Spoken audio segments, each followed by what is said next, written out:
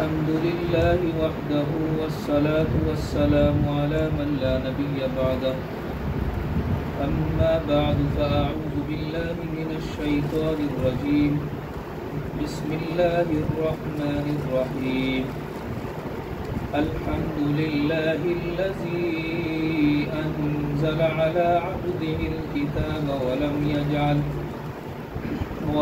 يجعل له عوجا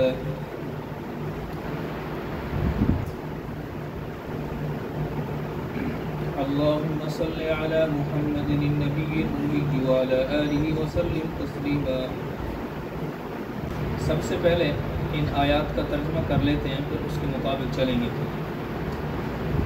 سورۃ القحف پارہ نمبر 15. بسم اللہ الرحمن الرحیم. الحمدللہ، تمام تعریفیں اللہ کے لیے ہیں.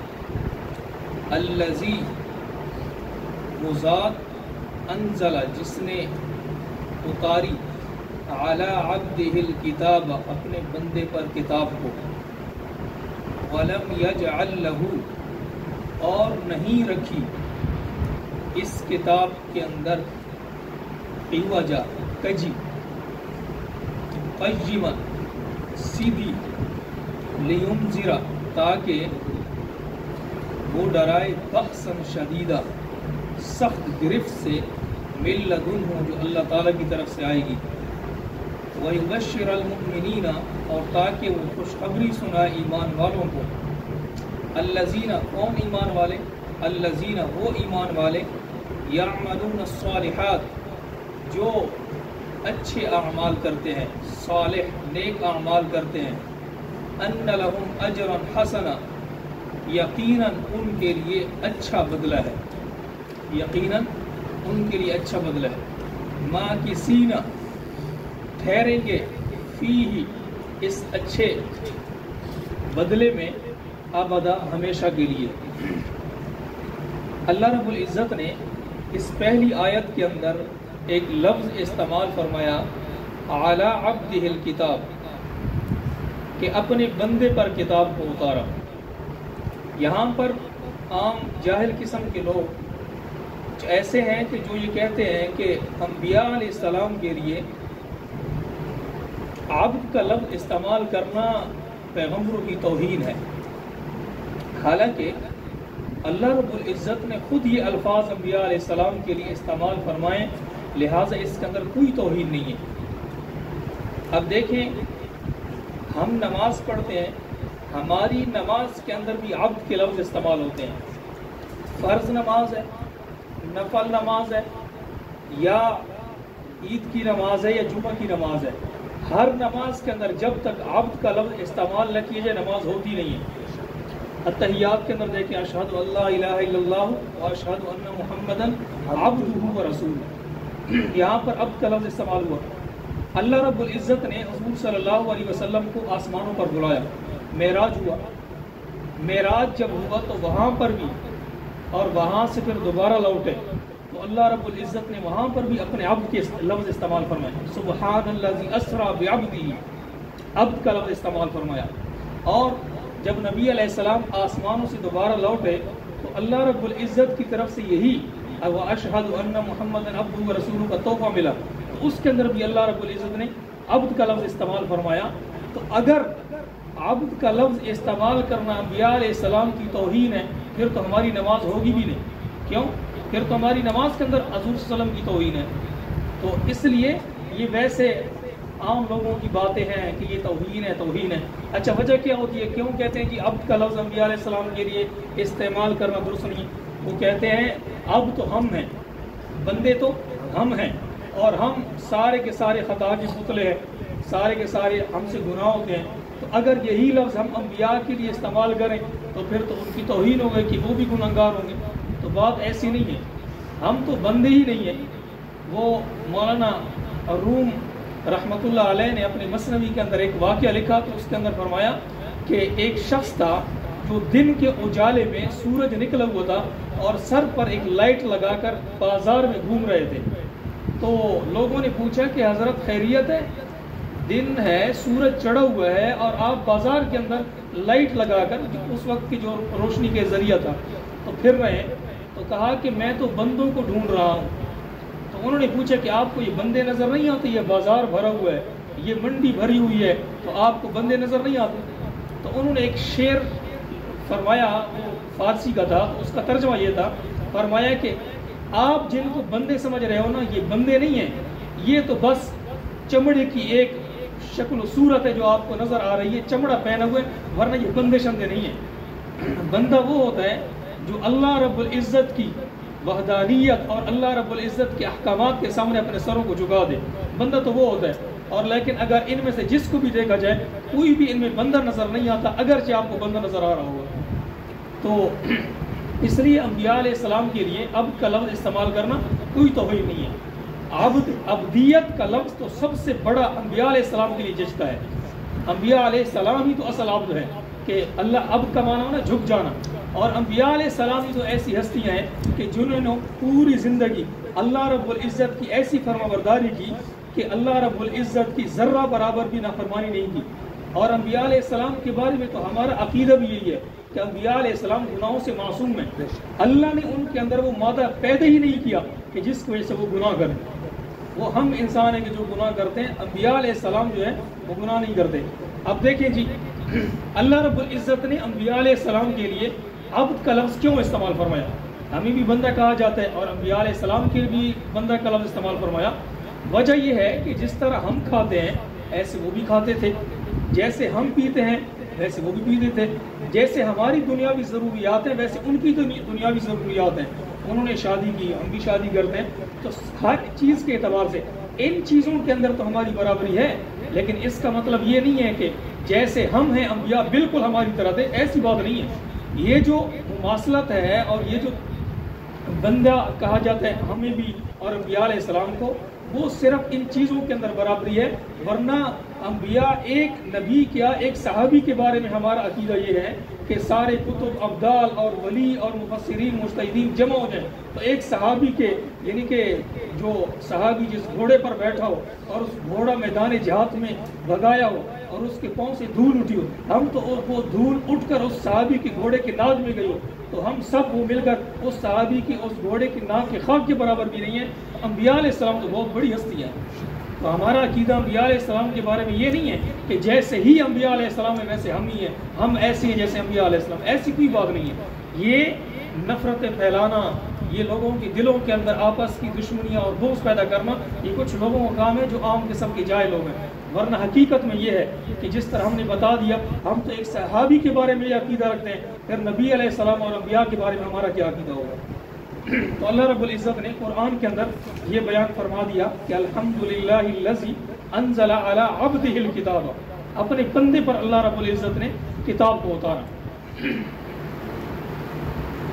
قیما لینذر بأسا شدیدا من لدنہ ویبشر المؤمنین الذین یعملون الصالحات۔ یہاں پر اللہ رب العزت نے فرمایا کہ جو اچھے اعمال کرتے ہیں، نیک اعمال کرتے ہیں، اللہ رب العزت کی طرف سے نیک اعمال پر جو بندہ ایمان کی حالت میں اخلاص نیت کے ساتھ اور نبی علیہ السلام کی سنت طریقے کے مطابق ایک نیکی بھی کرتا ہے، اللہ رب العزت اس کے بدلے میں کم سے کم جو درجہ ہے وہ اللہ رب العزت اس کو 10 نیکی عطا فرماتے ہیں۔ جو بندہ ایمان کی حالت میں اخلاص نیت کے ساتھ اور رسول اللہ صلی اللہ علیہ وسلم کی سنت طریقے کے مطابق ایک نیکی کرتا ہے، اللہ رب العزت اس نیکی کا کم سے کم جو درجہ، یعنی زیادہ زیادہ کا کوئی حد ہی نہیں ہے، کم سے کم جو اللہ تعالیٰ اس پر اجر عطا فرمائیں گے وہ اللہ رب العزت اس کو 10 نیکی عطا فرمائیں گے۔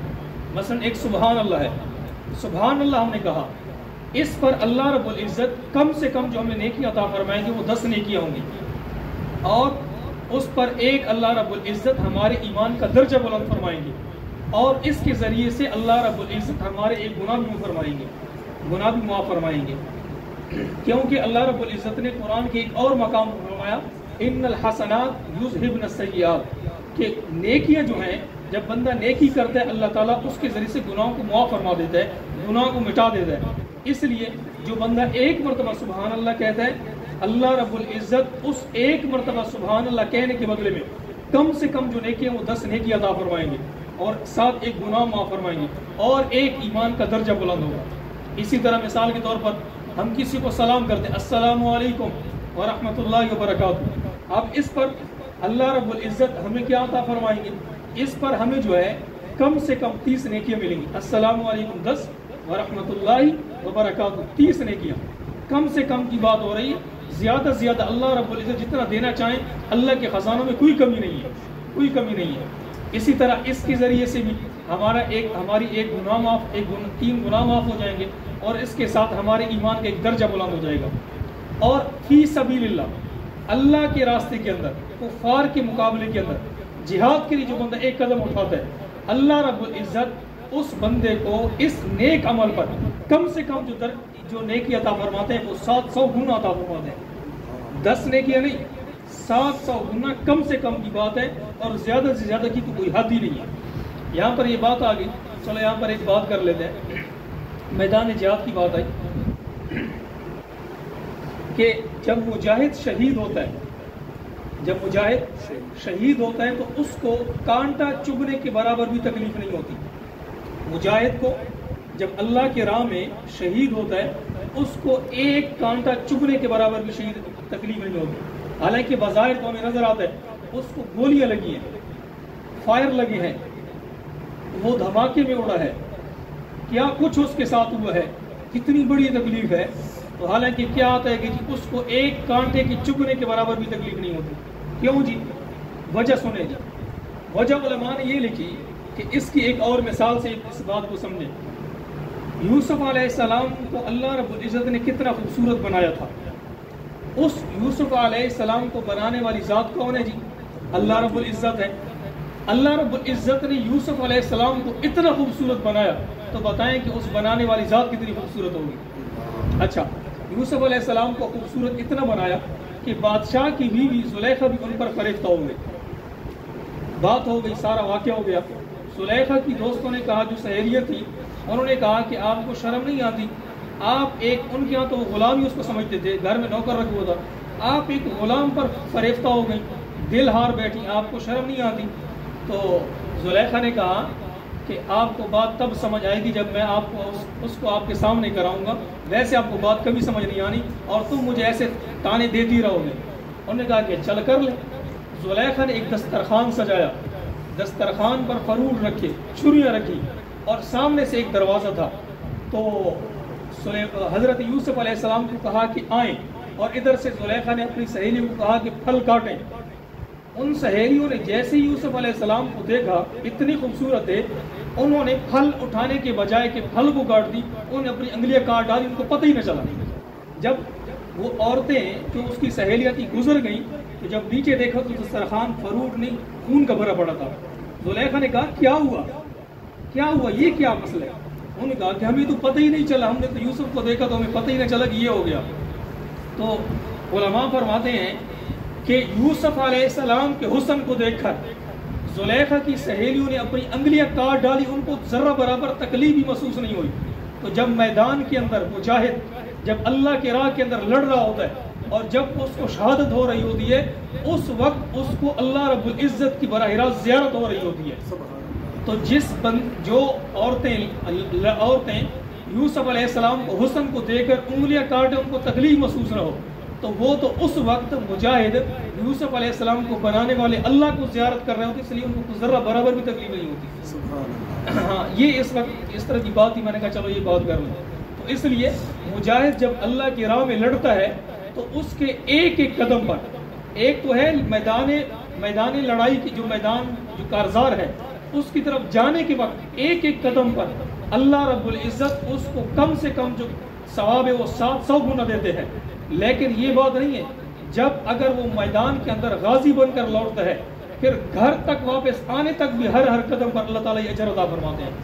جس طرح ایک حدیث مبارک کے اندر آتا ہے کہ غفلت کا غزلہ، اس طرح کے الفاظ آتے ہیں، تو اس حدیث کے اندر کا یہی مطلب ہے کہ یعنی کہ جہاد سے لوٹنے والا ایسے جیسے میدان جہاد کے اندر وہ لڑ رہا ہے، تو اس کو یہی اجر نیکی کی طرف۔ اور اسی طرح فی سبیل اللہ کے اندر جو بندہ، مثال کے طور پر آپ درس قرآن کے لیے آئے، آپ گھر سے نکلے، آپ کے آنے کے راستے میں جو قدم پڑے ہیں، ایک ایک قدم پر اللہ رب العزت کم سے کم جو اللہ نے آپ کو نیکی دی وہ 700 گنا دی ہیں، اور جیسے آپ گھر واپس لوٹیں گے تو واپسی گھر تک پہنچنے تک آپ کو اللہ تعالیٰ ہر قدم پر 700 نیکی عطا فرمائیں گے۔ تو یہ اللہ رب العزت اور بھی کئی احادیث کے اندر آپ نے سنا ہوگا، جو بندہ الف لام میم پڑھتا ہے تو حدیث مبارک کے اندر آتا ہے کہ الف ایک لفظ نہیں ہے بلکہ الف بھی 3 لفظ ہیں، الف لام اور فا، اس طرح کر کے۔ تو نیکی اللہ رب العزت کے خزانے کے اندر بہت بڑا خزانہ ہے، اللہ تعالیٰ دینا چاہتے ہیں تو اتنے دیتے ہیں کہ کوئی حساب نہیں ہوتا۔ ماں کسی فیہ ابدا، اور ان اجر کے اندر یہ بندہ ہمیشہ کے لیے رہے گا، مطلب یہ ہے کہ اس کے پاس یہ اجر ہمیشہ کے لیے پھر رہے گا، اس کے پاس یہ اجر ختم نہیں ہوگا۔ وَيُنذِرَ الَّذِينَ، اور وہ ڈراتا ہے ان لوگوں کو جنہوں نے کہا اتخذ اللہ ولدا، کہ اللہ رب العزت نے اولاد بنا لی، جنہوں نے کہا کہ اللہ تعالیٰ نے اولاد بنا لی۔ یہاں پر اس کے 2 ترجمے ہو سکتے ہیں۔ نمبر 1، پہلا ترجمہ تو یہ ہے کہ قرآن ڈراتا ہے ان لوگوں کو جنہوں نے یہ کہا کہ اللہ رب العزت نے اولاد بنا لی۔ نمبر 2، دوسرا ترجمہ یہ ہو سکتا ہے رسول اللہ صلی اللہ علیہ وسلم ان کو ڈرا رہے ہیں کہ جنہوں نے کہا کہ اللہ تعالیٰ نے اولاد بنا لی۔ یہاں پر یہ بات سمجھیں کہ عقیدہ توحید ہمارے تمام عقائد میں سب سے بنیادی عقیدہ ہے۔ اس کی مثال ایسی ہے جیسے عمارت کا نچلا سب سے حصہ ہوتا ہے، اگر وہ کمزور اور کھوکھلا ہو، اس پر جتنی بھی عمارت بنائی جائے وہ کسی کام کی نہیں ہوتی، کسی نہ کسی وقت اس کے گرنے کا خطرہ ہوتا ہے۔ اسی طرح جس بندے کا عقیدہ توحید کمزور ہوگا، اس پر جتنی بھی وہ عقائد کی بنیاد رکھے، سمجھے کہ اس کے وہ عقائد اور کوئی عقیدہ قبول نہیں ہے جب تک عقیدہ بالکل صاف نہیں ہوگا۔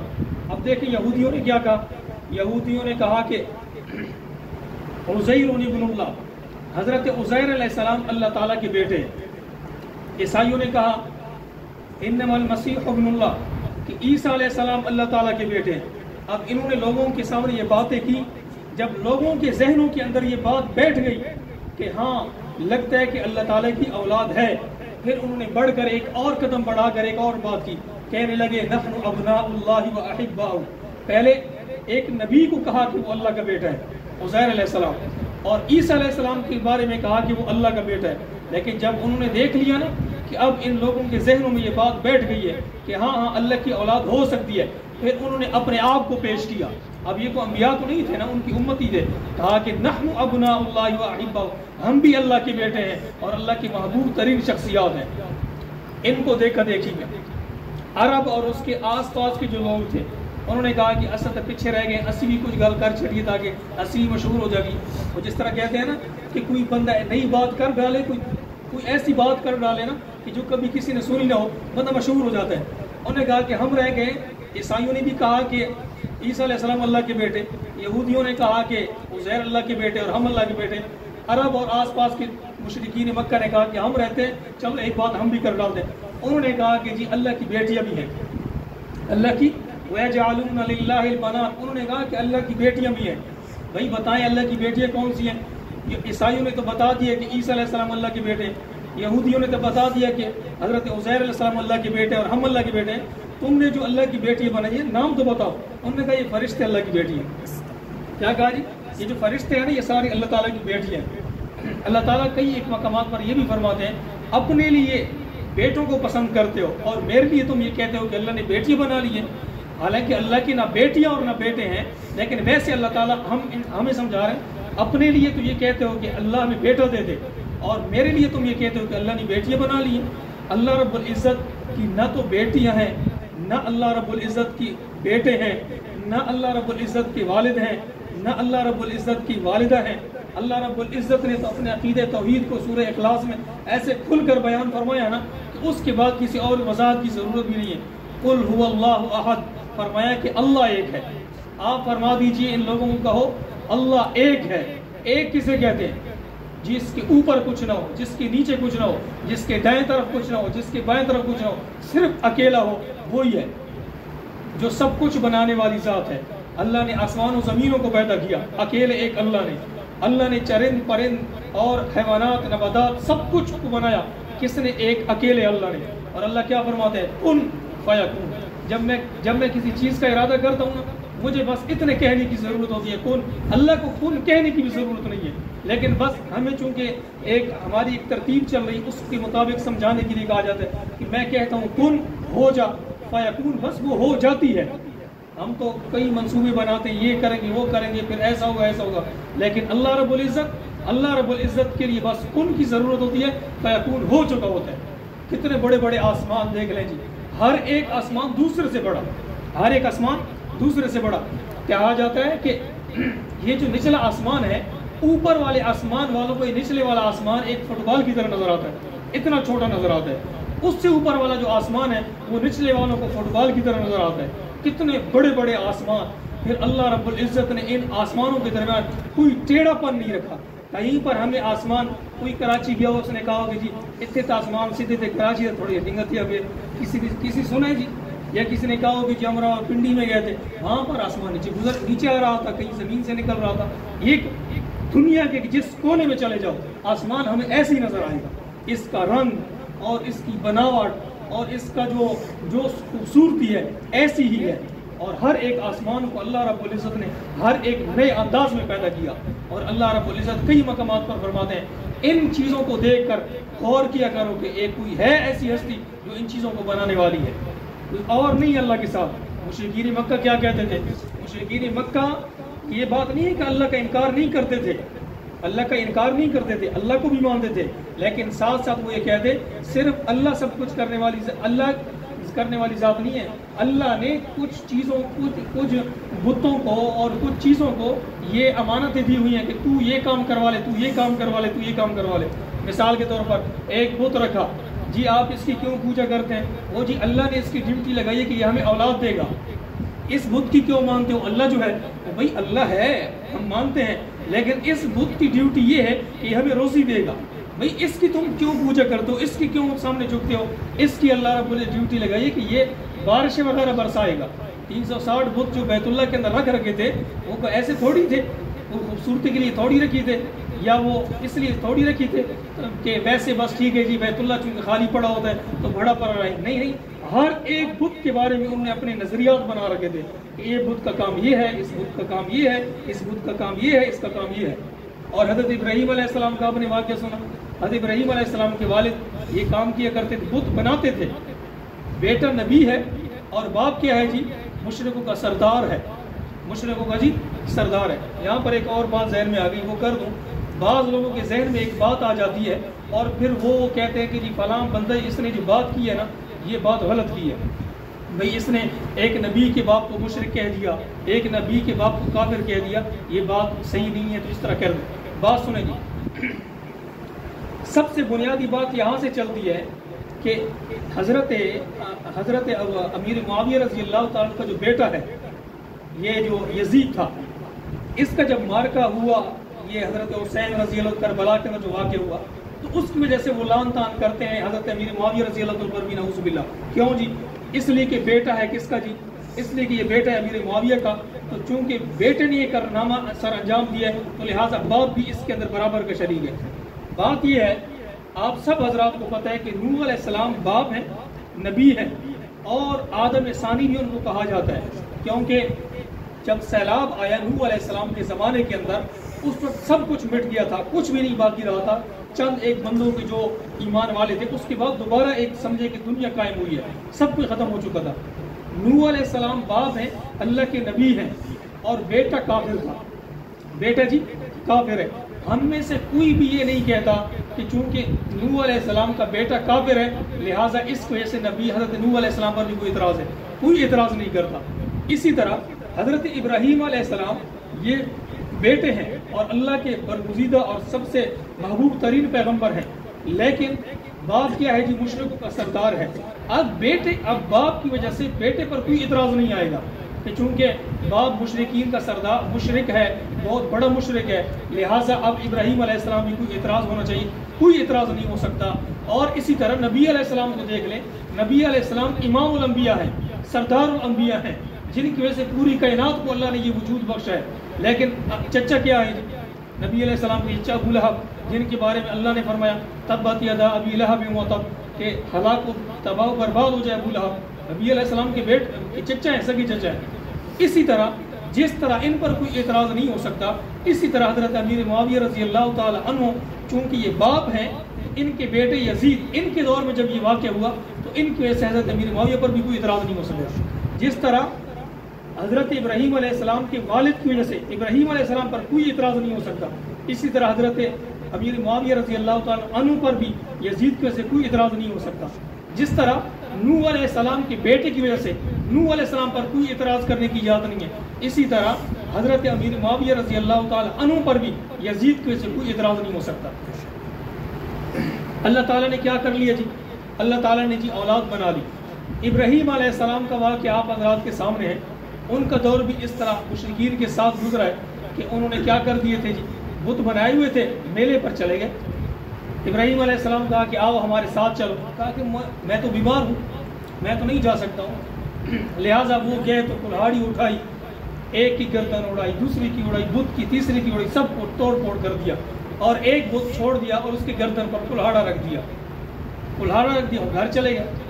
جب وہ میلے سے واپس آئے مشرکین جو ان کی قوم تھی، تو جب دیکھا نا کہ یہ کیا حالات ہے، سب نے کہا کہ ابراہیم علیہ السلام دیکھا ہم نے، اور کوئی نہیں کر سکتا، وہی ہر وقت ہماری مخالفت کرتا ہے، یہ کام اس نے نہیں کیا ہوگا اور کسی نے نہیں کیا ہوگا۔ ابراہیم علیہ السلام کو بلایا گیا، جی ابراہیم علیہ السلام یار یہ کیا کر دیا ہے آپ نے؟ ابراہیم علیہ حضرت اس نے کہا کہ جی ابراہیم علیہ السلام فرمایا کہ میرے کو کیوں پوچھتے ہو، مندے اس کو خدا ہو، اس تو پوچھنا کہ تیرے نال کیا کی جائے۔ انہوں نے کہا کہ تینوں پتہ ہے کہ وہ بولتے نہیں نے، تو پھر بھی ساڑھے سامنے یہ گلا کرتے ہیں، آپ کو پتہ ہے کہ یہ بول بھی نہیں سکتے تو پھر بھی آپ اس طرح کی باتیں کرتے ہیں۔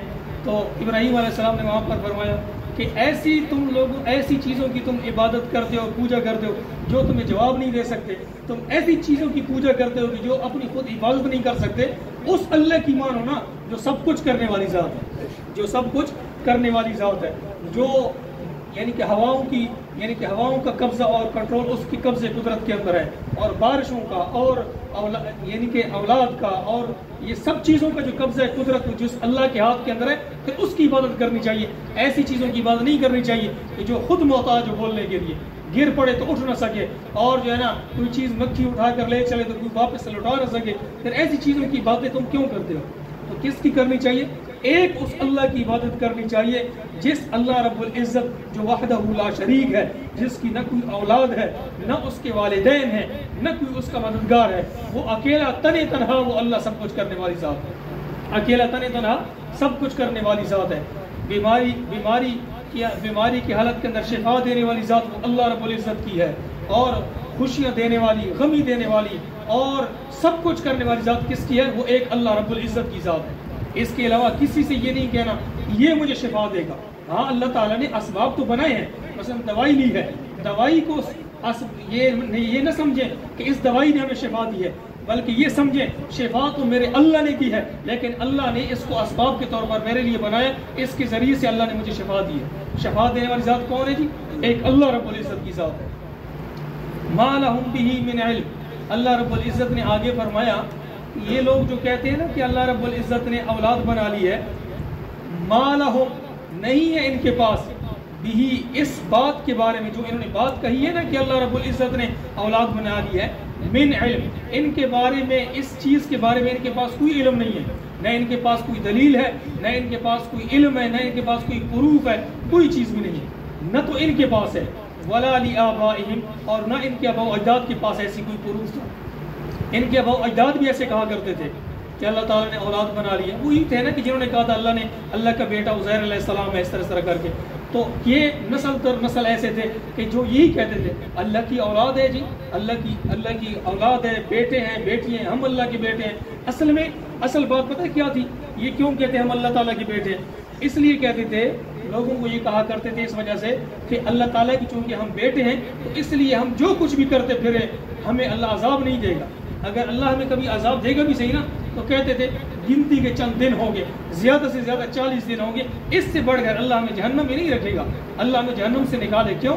ہم اللہ کے بیٹے ہیں، اللہ کے محبوب ترین بندے ہیں، اس لیے ہم جو کچھ بھی کرتے پھرے ہم سے کوئی پوچھنے والا نہیں ہے، اللہ نے ہمیں کھلی چھوٹ دی ہوئی ہے۔ اس لیے تو اللہ رب العزت نبی علیہ السلام سے فرمایا کرتے تھے کہ ان سے کہیں نا کہ اگر تم اپنی بات میں سچے ہو کہ اللہ تعالیٰ ہمیں کچھ نہیں کہیں گے، پھر کہو نا کہ فتمنوا الموت، پھر موت کی تمنا کرو نا کہ اللہ تعالیٰ ہمیں موت دے دے۔ پھر میں دیکھتا ہوں نا کہ پھر یہ کیسے موت کی تمنا کرتے ہیں۔ جب آپ ان سے موت کی تمنا کروائیں گے نا، مثلا جب آپ کہتے ہو کہ اللہ ہمیں عذاب نہیں دے گا، پھر دنیا کی تکلیفیں کیوں برداشت کرتے ہو؟ کیوں دنیا کی مصائب برداشت کرتے ہو؟ جب تمہیں اللہ نے عذاب دینے ہی نہیں ہے، اللہ نے ڈائریکٹ تمہیں جنت کے اندر تاج پر بیٹھا دینا ہے، پھر اللہ کو کہہ دو یا اللہ ہمیں موت دے دے، دنیا کی تکلیفیں برداشت نہیں ہوگی، ڈائریکٹ ہمیں جنت میں پہنچا دے۔ تو اللہ تعالیٰ فرماتے ہیں کہ اے نبی جی کبھی موت کی تمنا نہیں کریں گے۔ ان کو پتہ ہے جو انہوں نے بما قدمت ایدیہم، جو انہوں نے کرتوت کر رکھے ہیں نا، جو انہوں نے جو کارنامے سر انجام دیے، یہ کبھی بھی موت کی تمنا نہیں کریں گے۔ کبھی دور سے ان کو موت نظر آئے نا تو یہ بھاگیں گے وہاں سے اور کہیں گے کہیں ہم پر موت نہ آ جائے۔ اس لیے کہا ابناء اللہ کہ ہم اللہ کے بیٹے ہیں جی، اللہ کے بیٹے ہیں، تاکہ جی پھر اللہ تعالیٰ کے ذریعے سے ہمیں بہت ساری آسانیاں مل جائیں گی۔ نہیں بھائی، دنیا کے اندر اللہ تعالیٰ نے ایک نظام قائم کیا ہوا ہے، انصاف کا ترازو اللہ نے قائم کیا ہے۔ جس نے اچھے اعمال کیے اور اپنی پوری زندگی کو اللہ اور اس کے نبی کے احکامات اور سنتوں کے مطابق گزاری ہے، پھر اللہ رب العزت اس بندے کو کامیابیاں بھی عطا فرمائیں گے اور اللہ رب العزت اس بندے کو جنت بھی عطا فرمائیں گے۔ جس بندے نے کفر اختیار کیا ہو، جس بندے نے پوری زندگی نافرمانیاں کی ہوں اللہ کی، اور ناحق انبیاء کو قتل کیا ہو، اور جس نے انبیاء علیہ السلام کو تکلیفیں پہنچائی ہوں، پتھر مارے ہوں، اور جنہوں نے لوگوں کو ڈسا ہو اور موذی جانور بن کر ڈسا ہو، پھر وہ سمجھے کہ اللہ مجھے بغیر حساب کتاب کے اور اللہ مجھے دائیں فَأَمَّا مَنْ أُوتِيَ كِتَابَهُ بِيَمِينِهِ، اللہ مجھے دائیں ہاتھ کے اندر نام اعمال دے دیں گے اور فَسَوْفَ يُحَاسَبُ حِسَابًا يَسِيرًا، اور آسان حساب لے کر جنت میں داخلہ کر دیں گے۔ یہ محال ہے جی، یہ مشکل بات ہے، یہ آسان بات نہیں ہے۔ یہ کوئی بات ہے کہ صحابہ کرام رضی اللہ تعالیٰ مجمعین نے یعنی کہ انگاروں پر لٹا کر زندگی گزاری اور ان کے ٹکڑے کر دیے گئے، اور حضرت زنیر رضی اللہ تعالیٰ کی آنکھیں نکال دی گئی ہیں، اور حضرت سمیہ رضی اللہ تعالیٰ کو ابو جہل کمینے نے جو ہے برچھا مارا، اور کیا کچھ صحابہ پر ظلم کیے گئے، اور صحابہ پر یہ ظلم ہوئے، اور ہم کہیں کہ جی اللہ ہمیں ویسی جنت میں دے دے گا۔ اگر یہ بات اللہ غفور رحیم ذات ہے تو کیا یہ بات اللہ غفور رحیم ذات یہ صحابہ کو نہیں پتہ تھا؟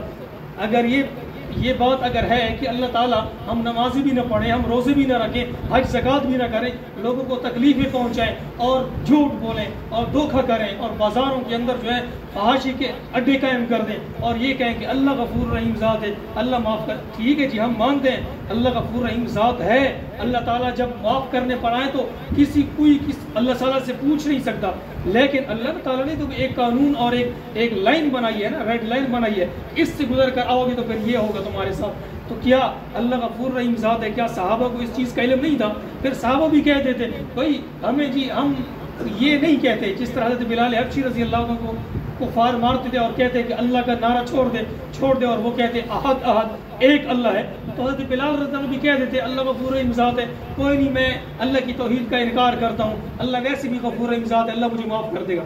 نہیں جی، ان کو پتہ ہے، لیکن اپنے آپ کو پیش بھی تو کرنا ہوتا ہے نا، اپنے آپ کو ایک آگ کی بھٹی سے گزارنا ہوتا ہے، پھر اس کے بعد اللہ تعالیٰ اس کو، پھر جب بندہ سونے کی بھٹی سے گزر کے آتا ہے نا تو پھر بندہ سونا بنتا ہے، پھر بندہ قیمتی بنتا ہے۔ تو ایسے تو نہیں ہے نا کہ بندہ نافرمانیاں بھی کرتا رہے اور پھر بندہ یہ کہے کہ جی بس میں جنت میں چلا جاؤں گا، تو ایسی بات نہیں ہے۔ تو یہ جو یہودی اور لوگ تھے یہ ایسے کہا کرتے، اور اس میں اللہ رب العزت نے ہمارے لیے بھی سبق بنائے۔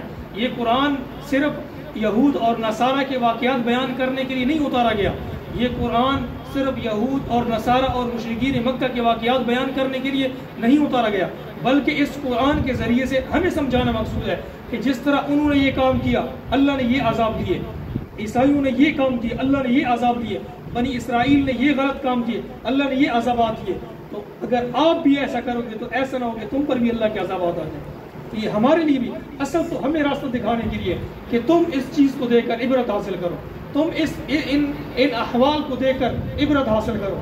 لوط علیہ السلام کی قوم پر عذاب آیا اور ہود علیہ السلام کی قوم پر عذاب آیا اور قوم صالح پر عذاب آیا، تو وہ سارے اعمال کو ہمیں دیکھنا چاہیے کہ اس قوم پر کیوں عذاب آیا، ان کے اندر کون سی کمزوری تھی، ان کے اندر کون سی نافرمانی تھی کہ ان پر یہ عذاب آیا، تاکہ ہم اس گناہ سے بچیں، موسیٰ علیہ السلام کے زمانے کے اندر ایک قوم تھی جن کو اللہ رب العزت نے ہفتے والے دن مچھلی کھانے سے منع فرمایا کہ تم نے ہفتے والے دن مچھلی نہیں کھانی۔ انہوں نے کیا کیا؟ انہوں نے سمجھا کہ اللہ کو پتہ نہیں ہے ہم بڑے سیانے ہیں، اللہ تعالیٰ کو تھوڑا سا پتہ علم نہیں ہے، انہیں کیا کر دیا ہفتے والے انہوں نے بڑے بڑے کھالے بنا لیے اور وہ پھٹا اٹھاتے تھے اور وہ مچھلیاں اس کے اندر جمع ہوتی تھی، پکڑتے نہیں تھے، جمع ہو رہی ہیں اور کیا کرتے جب اتوار والا دن آ جاتا اس کھالے میں سے پکڑ لیتے تھے۔ اب اپنے آپ کو بڑے سیانے سمجھتے تھے کہ ہم تو پکڑ بھی نہیں رہے، اللہ نے ہمیں پکڑنے سے منع کیا ہے نا، جمع کرنے سے تو منع نہیں کیا، تو جمع کرتے تھے۔ اللہ تعالیٰ نے پتہ ان کو کیا عذاب دیا، اب اللہ کی ایک نافرمانی انہوں نے کی ہے، اللہ رب العزت نے ان کو کیا فرمایا کہ تم نے مچھلی نہیں پکڑنی ہفتے والے دن، اور انہوں نے پکڑی نہیں بلکہ ایک ہیرا استعمال کیا اور اس کے ذریعے سے اتوار دن پکڑی، لیکن اللہ رب العزت نے ان کی اس نافرمانی کی وجہ سے اللہ نے پوری قوم کو بندر بنا دیا۔ اللہ نے پوری قوم کو کیا بنا دیا جی؟ بندر بنا دیا۔ اور اللہ رب العزت کا یہ قانون ہے کہ جب اللہ رب العزت کسی قوم پر عذاب نازل فرماتے ہیں پھر 3 دن کے اندر اللہ تعالیٰ ان کو ختم، جن کے چہرے مسخ کر دے اللہ 3 دن کے اندر ان کو ختم فرما دیتے ہیں۔ پھر اللہ رب العزت نے اس قوم کو جن کو بندر بنایا 3 دن کے اندر پھر اللہ رب العزت ان کو بالکل ختم کر دیا، ایک بندہ بھی نہیں بچا جس قوم کے چہروں کو اللہ نے بندر بنا دیا تھا۔ صبح کو رات کو بندر بنے، صبح کو اٹھے تو ایک دوسرے کہتے یار تجھے میں نے دیکھا ہوا ہے اور چہرے بندروں کے تھے۔ تو یہ اللہ کتنا بڑا عذاب ہے۔ ہم دیکھیں جی کہ اللہ نے ان کو کیا کہا جی کہ تم نے ہفتے والے دن مچھلی نہیں پکڑنی، یہ نافرمانی ہے، اور ان کو اللہ تعالیٰ نے یہ عذاب دیا۔ اور ہمیں اللہ نے کہا کہ جی تم 5 وقت نماز پڑھو، اللہ کا حکم صبح بھی ہمارے اوپر آ رہا ہے، ظہر کو بھی آ رہا ہے، مغرب عصر کو بھی آ رہا ہے، مغرب کو بھی آ رہا ہے اور عشاء کو بھی آ رہا ہے، لیکن پھر بھی ہم اللہ کی نافرمانیاں کر رہے ہیں۔ کیا اللہ کی طرف سے ہم پر یہ عذاب نہیں آ سکتا ہے، لیکن شکر ادا کریں اور اس ہستی کا شکریہ اور ان کے لیے شکرانے کے نوافل پڑھیں کہ جس ہستی نے ہمارے لیے اللہ سے وہ دعائیں منوا کر اللہ تعالیٰ سے یہاں سے دنیا سے تشریف لے گئے، لیکن اس کا مطلب یہ بھی نہیں ہے کہ اب ہمارے لیے دعائیں قبول ہو چکی ہیں تو لہٰذا ہم جو کرتے پھریں۔ جزوی عذابات آ سکتے ہیں اگرچہ اجتماعی عذاب نہیں آ سکتا، اس لیے ہمیں چاہیے کہ ہم ان واقعات سے عبرت حاصل کریں کہ اللہ رب العزت نے ان کو ایک چھوٹی گناہوں پر، لوط علیہ السلام کی قوم کا جو عمل تھا وہ کیا تھا جی؟ لواطت تھی، تو ایک گناہ کے بدلے میں اللہ رب العزت نے اس پوری قوم پر پتہ کیا عذاب نازل فرمایا؟ اس پوری بستی کو زمین سے اٹھایا۔ گناہ کیا ہے جی؟ لواطت، زمین سے اٹھایا اور اتنا آسمانوں کے قریب لے جایا گیا۔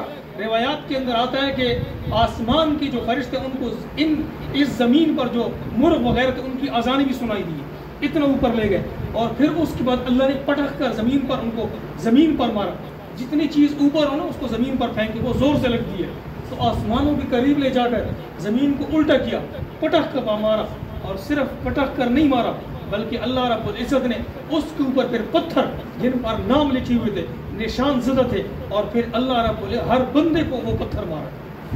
اور روایات کے اندر آتا ہے کچھ لوگ جو اس کام میں ملوث تھے لیکن وہ اس وقت اس وادی کے اندر نہیں تھے بلکہ کسی اور ملک کے اندر تجارت کے غرض سے کیے ہوئے تھے۔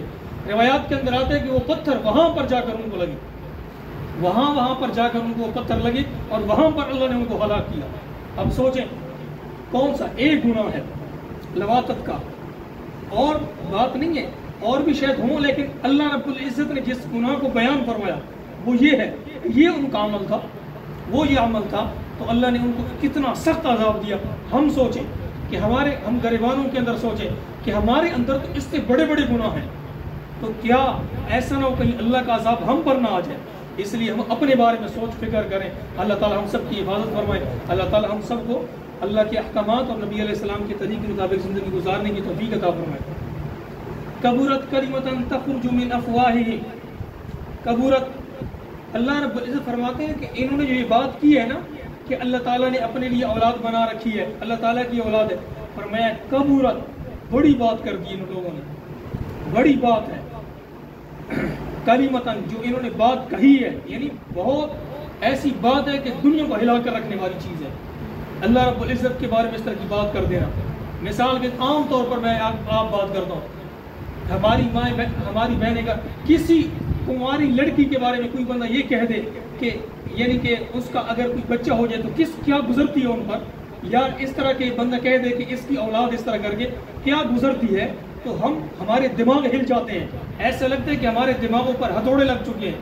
تو اللہ رب العزت کی ذات کی طرف کی جو اللہ رب العزت وحدہ لا شریک ہے، اس کے بارے میں یہ بات کر دینا کہ اللہ تعالیٰ کی اولاد ہے، اللہ نے فرمایا کبرت کلمتن، بہت بڑی بات ہے، تخرج من افواہہم، جو انہوں نے اپنی منہ سے نکالی ہے، انہوں نے اپنے منہ سے جو بات نکالی ہے نا، یہ برداشت والی نہیں، بہت بڑی بات انہوں نے کر دی ہے۔ ان یقولون الا کذبا، اللہ فرماتے ہیں یہ جھوٹ بولتے ہیں، ان یقولون، انہوں نے یقولون الا کذبا، یہ انہوں نے جھوٹ بولا ہے، کوئی صداقت نہیں ہے ان کی بات کے اندر کہ اللہ کی اولاد ہے، اللہ کی کوئی اولاد نہیں ہے، نہ اللہ کی اولاد ہے، نہ اللہ کی بیٹی نہ بیٹے، نہ اللہ کے ماں باپ، نہ کوئی، نہ بہن بھائی، کوئی بھی نہیں ہے۔ فلعلک باخع نفسک علی آثارہم ان لم یؤمنوا بہذا الحدیث اسفا، فلعلک، شاید کہ آپ، عقیدہ رسالت اور یہ بات جو ہم نے کہی تھی کہ نبی علیہ السلام اپنی امت کے بارے میں کتنی فکر مند تھے، ہر وقت، یعنی کہ روایات کے اندر آتے ہیں کہ نبی علیہ السلام اپنی امت کے غم کے اندر ایسے رہتے کہ دل سے ہانڈی کے ابلنے کی آواز آیا کرتی تھی، ایسے دن اپنی امت کی فکر کے اندر کہ کیسے میری امت کفر کو چھوڑ کر ایمان کی زندگی کے اندر آ جائے، اس کے بارے میں اللہ تعالیٰ فرما رہے ہیں فلعلک، شاید کہ آپ باخع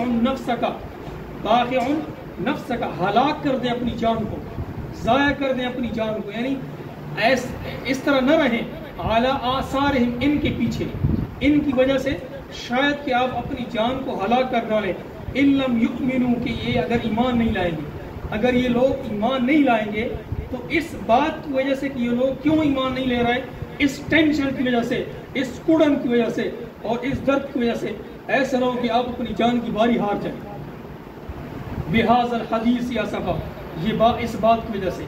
تو نبی علیہ السلام کو اللہ تعالیٰ نے پھر کئی آگے مقامات پر فرمایا کہ انک لا تہدی من احببت ولکن اللہ یہدی من یشاء، کہ ہدایت دینے والی ذات وہ اللہ رب العزت کی ہے، جس کو چاہے اللہ ہدایت دے دے، ہدایت آپ کی ذمہ نہیں ہے نبی جی، آپ کے ذمہ صرف بات کو پہنچانا ہے۔ آپ کی ذمہ کیا، نبی علیہ السلام کی ذمہ کیا بات تھی؟ نبی علیہ السلام کی ذمہ یہ تھا کہ جو اللہ نے حکم دیا آپ ان کو صرف ایمان کی دعوت دیں، ان کو ایمان لانا یہ میرے اللہ کا کام ہے کہ میں ان کو ہدایت دوں وہ ایمان لیں، یا ہدایت نہ دوں وہ ایمان نہ لیں۔ تو جب آپ کی ذمہ اے نبی جی ہدایت دینے کی ذمہ داری ہے نہیں ہے اور آپ کی ڈیوٹی بھی نہیں ہے ہدایت دینے کی، پھر آپ ان کے لیے کیوں اتنے پریشان ہوتے ہیں؟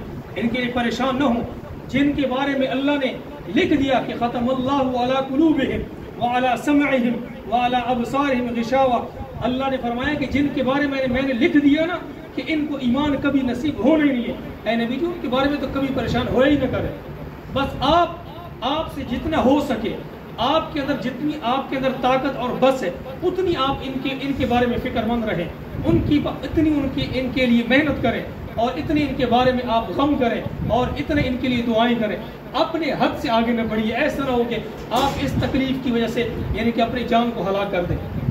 مثال کے طور پر جو بندہ بہت زیادہ پریشان ہو، ٹینشن والا ہو، آپ نے دیکھا اکثر وہ لوگ کمزور ہوا کرتے ہیں، اکثر لوگ کمزور، بعض لوگ ڈھیٹ ہوتے ہیں تو وہ ٹینشن کی وجہ سے اور موٹے ہو جاتے ہیں، لیکن جو حقیقت کے اندر جو ٹینشن والا بندہ ہو نا وہ کمزور ہو جاتا ہے، بہت کمزور ہو جاتا ہے۔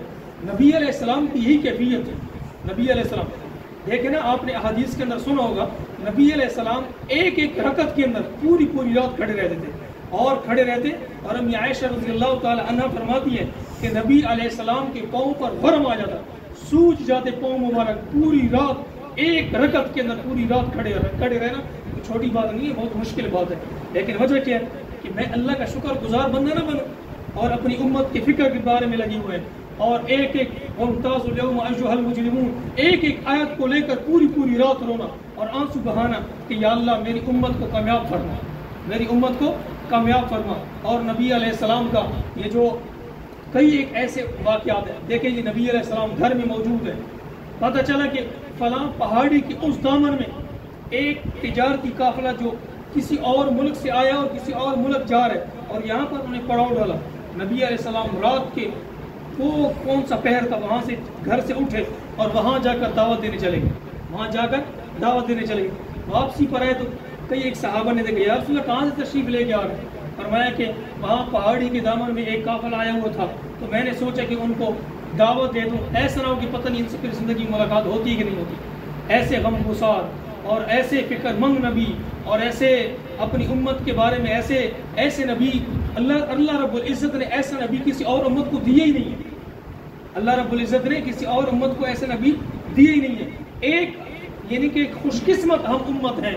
کاش کہ ہم اپنی اس خوش قسمتی کو سمجھ لیتے, کاش کہ ہم اپنی اپنی قدر کو سمجھ لیتے کہ اللہ رب العزت نے ہمیں کتنا خوش قسمت بنایا ہے کہ 1,24,000 انبیاء کے سردار ہیں ہمارے نبی. یہ چھوٹی بات نہیں ہے. کئی ایک نبیوں نے یہ فرمائش کی اللہ کے سامنے, یا اللہ یہ امت مجھے دے دے, یہ امت مجھے دے دے, یا اللہ مجھے اس امت میں پیدا فرما تاکہ اس نبی کی مجھے بھی کچھ نہ کچھ رونق حاصل ہو جائے. موسیٰ علیہ السلام, عیسیٰ علیہ السلام, کئی روایات کے اندر یہ چیزیں موجود ہیں, کئی ایک روایات کے اندر موجود ہے. پھر نبی علیہ السلام کا کیا دیکھیں جی, مسجد کے اندر موجود ہے اور حضور صلی اللہ علیہ وسلم سجدے کی حالت کے اندر ہے, اور نبی علیہ السلام کے کمر مبارک پر ابو جہل نے اونٹ کی اوجری ڈال دی. کس کی اوجری جی؟ اونٹ کی اوجری, سب سے بڑی. اور اس وقت حضرت فاطمہ تو زیادہ چھوٹی سی تھی, اور اسی طرح حضرت زینب رضی اللہ عنہ وہ بڑی تھی.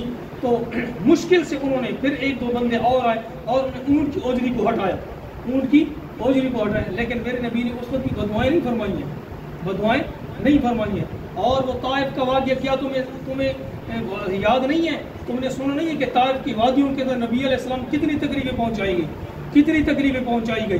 اور بالآخر جب ان سے تھوڑا سا ہٹے اور وہاں پر فرشتے ہیں پہاڑوں کے, اور کہا یا رسول اللہ حکم دے تو ہم ان کو ایسے پیس ڈالیں جیسے چکی کے اندر بندہ یعنی کہ گندم کو آٹے کی طرح پیس لیتے ہیں. فرمایا کہ ہمیں اجازت دے, ہم ان کو پیس کے رکھ دیتے ہیں.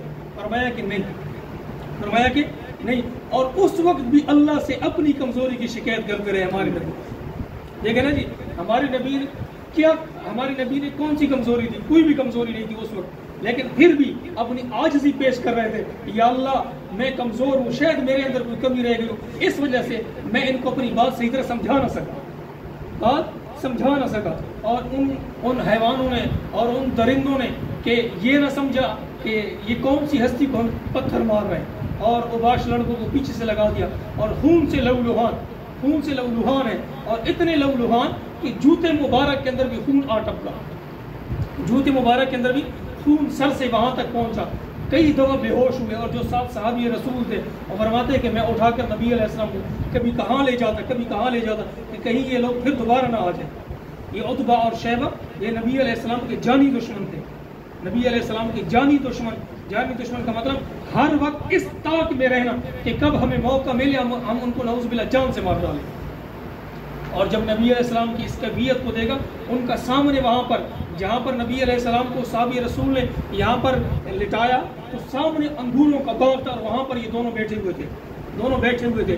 اور جب انہوں نے دیکھا نبی علیہ السلام کی اس حالت کو تو ان کے پاس ایک غلام تھا, عیسائی تھا. انہوں نے پلیٹ کے اندر انگور دیے اور انہیں کہا کہ جا کر ہمارا نہ بتانا, ہمارا نام نہیں بتانا, بلکہ ان کو یہ انگور پیش کر دو. جانی دشمنوں کو بھی یہ ترس آیا, سمجھو کہ تکلیفیں بہت زیادہ دی گئی تھی, سمجھے کہ تکلیف انتہا کی دی گئی تھی. ورنہ تو وہ کہتے کہ اچھا ہوا, ورنہ کیا کہہ رہے تھے؟ اچھا ہوا. ہم خود بھی اس طاق میں تھے کہ کس طرح ہم ان کو تکلیفیں پہنچائیں, لیکن ان جانی دشمنوں نے بھی جب اس کیفیت کو, میرے نبی کی اس کیفیت کو دیکھا کہ بے ہوش, دیکھو نا نبی, ایک نبی کے اندر اللہ نے 40 مردوں کی طاقت رکھی ہوتی ہے, ایک نبی کے اندر اللہ نے 40 مردوں کی طاقت رکھی ہوتی ہے. اتنے طاقتور نبی بھی اگر بے ہوش ہو رہے ہیں تو سمجھے کہ کوئی کمزور سی تکلیفیں نہیں دی گئی, بہت بڑی تکلیفیں طائف کے میدانوں میں دی گئی ہے.